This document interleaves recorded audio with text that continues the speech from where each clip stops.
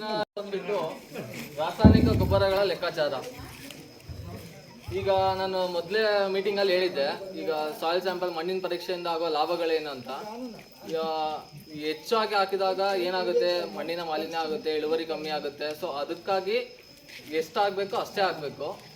So ನಿಮಗೆಲ್ಲ ಇದು urea ಹಾಕ್ತೀರಾ, ನೀವು 100 kg ಯೂರಿಯಾದಲ್ಲಿ 46 kg ನೈಟ್ರೋಜನ್ ಅಂದ್ರೆ ಸಾರಜನಕ, 100 kg ಯೂರಿಯಾದಲ್ಲಿ 46 kg ನೈಟ್ರೋಜನ್ ಇರುತ್ತೆ. ಹಾಗೆ 100 kg DAP ಅಲ್ಲಿ 46 kg ಫಾಸ್ಫರಸ್ ಇರುತ್ತೆ ಅಂದ್ರೆ ರಂಜಕ, 18 kg ಸಾರಜನಕ ಇರುತ್ತೆ. DAP ಅನ್ನೋದೇನಿದೆ ಅಲ್ಲ, ನೀವು ಯೂಸ್ ಮಾಡ್ತೀರಲ್ಲ, ಅದರಲ್ಲಿ ಸಾರಜನಕನೂ ಇರುತ್ತೆ, ರಂಜಕನೂ ಇರುತ್ತೆ. 100 kg MOP ಅಲ್ಲಿ 60 kg ಪೊಟ್ಯಾಷಿಯಂ ಇರುತ್ತೆ. ಈಗ ನೀವು 100 kg ಯೂರಿಯಾ ಹಾಕ್ತೀರಾ, ಅದರಲ್ಲಿ ಇರೋದು ಮಾತ್ರ 46 kg ನೈಟ್ರೋಜನ್ ಒಂದೇ ಇರುತ್ತೆ, ಅಂದ್ರೆ 46 kg ಸಾರಜನಕ ಇರುತ್ತೆ. ಇಷ್ಟಾದ್ಮೇಲೆ ಈಗ ಇಲ್ಲಿ ರೋಸ್ ನೋಡೋದಾದ್ರೆ ಒಂದು ಗಿಡಕ್ಕೆ 10 ಗ್ರಾಮ್ ನೈಟ್ರೋಜನ್ ಸಾರಜನಕ, 10 ಗ್ರಾಮ್ ರಂಜಕ, 15 ಗ್ರಾಮ್ ಪೊಟ್ಯಾಷಿಯಂ ಹಾಕ್ಬೇಕು. ಮತ್ತೆ 100 ಗ್ರಾಮ್ ರೋಸ್ ಮಿಶ್ರಣ ಅಂತ ಇದೆ, ಅದು ನೀವೆಲ್ಲ ಹಾಕ್ತಿರ್ತೀರ. ರೋಸ್ ಮಿಶ್ರಣ, ರೋಸ್ ಮಿಕ್ಸರ್ ಅಂತ, ಅದು ಇಳುವರಿ ಚೆನ್ನಾಗಿ ಬರೋಕ್ಕೆ ಮತ್ತೆ ಕಲರ್ ಬರೋಕ್ಕೆ ರೋಸು, ಅದಕ್ಕೆ 100 ಗ್ರಾಮ್ ರೋಸ್ ಮಿಕ್ಸರ್ ಅಂತ ಹಾಕ್ತೀರ. ಈಗ ನಾನು ಹೇಳೋದೇನಂದ್ರೆ, ನೀವು ಯೂರಿಯಾ DAP ಎಲ್ಲರೂ ಹಾಕ್ತೀರಾ, MOP ಹಾಕಲ್ಲ. ಯಾರು MOP ಹಾಕ್ತೀರಾ ಇದರಲ್ಲಿ? MOP ಯಾರು ಹಾಕಲ್ಲ. ಆಲೂಗಡ್ಡೆಗೆ ಹಾಕ್ತೀವಿ, ರೋಜ್ಗೆ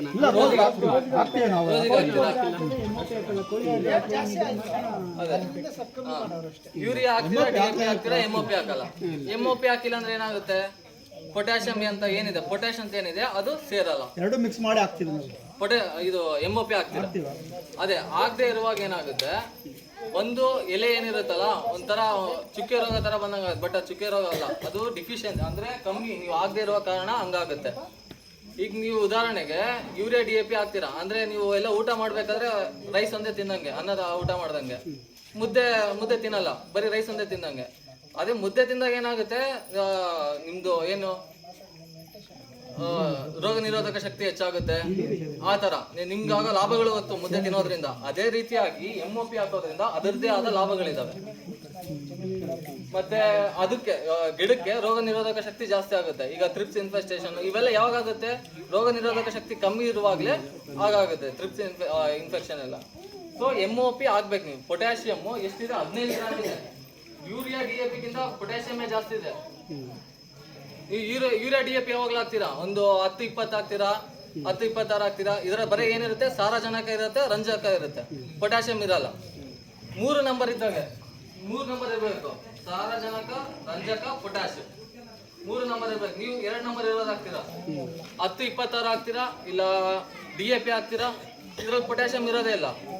ಪೊಟ್ಯಾಷಿಯಂ ಹಾಕದೇ ಇರುವ ಕಾರಣ ಇನ್ಫೆಕ್ಷನ್ ಆಗಿರ್ಬೋದು, ಥ್ರಿಪ್ಸ್ ಇನ್ಫೆಕ್ಷನ್. ಸೊ ಹಂಗಾಗಿ ಪೊಟ್ಯಾಷಿಯಂ ಹಾಕ್ಬೇಕಾಗಿ ನಮ್ಮ ಕಡೆಯಿಂದ, ನಮ್ಮ ಕೃಷಿ ವಿಶ್ವವಿದ್ಯಾಲಯದಿಂದ ನಾನು ಕೇಳ್ಕೊಳ್ಳುತ್ತೇನೆ. ಸೊ ಯಾರು ಮರಿಬೇಡಿ, MOP ಹಾಕೋದು 15 ಗ್ರಾಮು ಒಂದು ಗಿಡಕ್ಕೆ 1 ವರ್ಷಕ್ಕೆ ಆಗ್ಬೇಕು.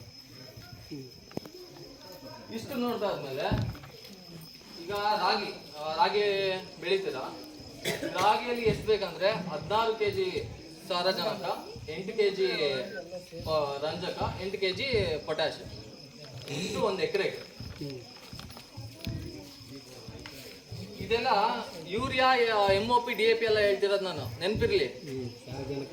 ಸಾರಜನಕ, ರಂಜಕ, ಪೊಟ್ಯಾಷಿಯಂ. ಈಗ ನೀವು ಯೂರಿಯಾ ತಗೋಬೇಕಂದ್ರೆ ಎಷ್ಟು ಹಾಕ್ಬೇಕು, ಎಷ್ಟು ಯೂರಿಯಾ ಮೂಟೆ ತಗೋಬೇಕು ಒಂದು ಎಕರೆಗೆ ಅನ್ನೋದು ನಾನು ಅದು ಹೇಳ್ಕೊಡ್ತೀನಿ.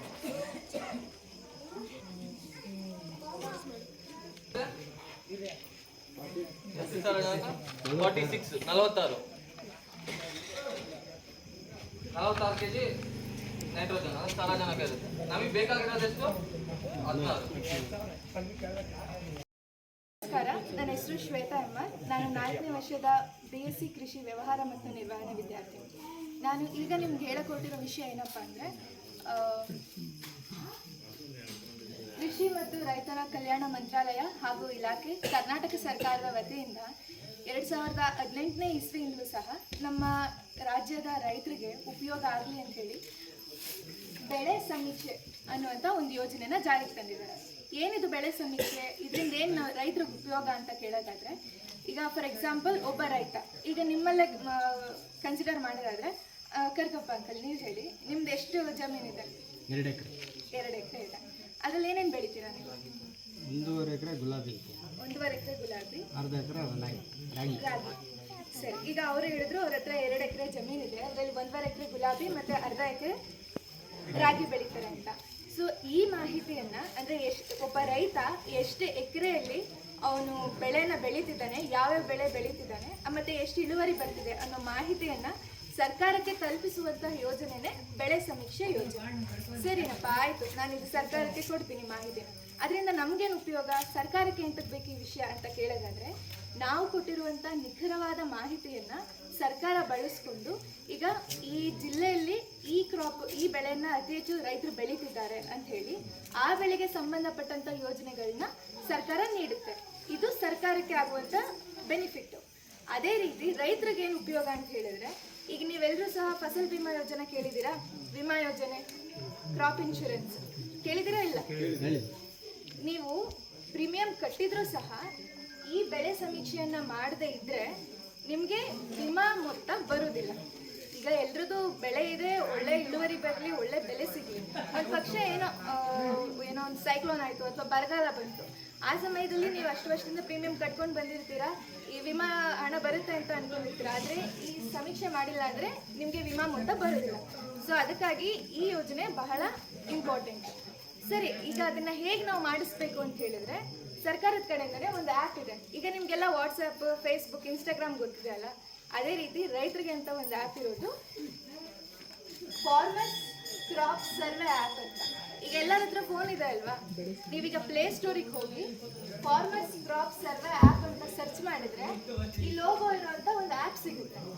ಈಗ ಫೋನ್ ಇದೆ ಅಲ್ಲ, ನೀವು ಒಂದಿಬ್ರು ತೆಗೆದು ನೋಡಿ ಬೇಕಿದ್ರೆ, ನಿಮ್ಗೆ ಅನುಮಾನ ಇದ್ರೆ ಈ ಥರ ಆ್ಯಪ್ ಇದೆ ಅಲ್ಲ ಅಂತ. ಸೊ ಈ ಆ್ಯಪಲ್ಲಿ ನೀವು ಮಾಡಬೇಕಾಗಿದ್ದು ಇಷ್ಟೇ, ಅದನ್ನು ಇನ್ಸ್ಟಾಲ್ ಮಾಡಿಕೊಂಡು ಅದರಲ್ಲಿ ಫಸ್ಟ್ ನಿಮ್ಮ ಫೋನ್ ನಂಬರ್ ಕೊಡಬೇಕು.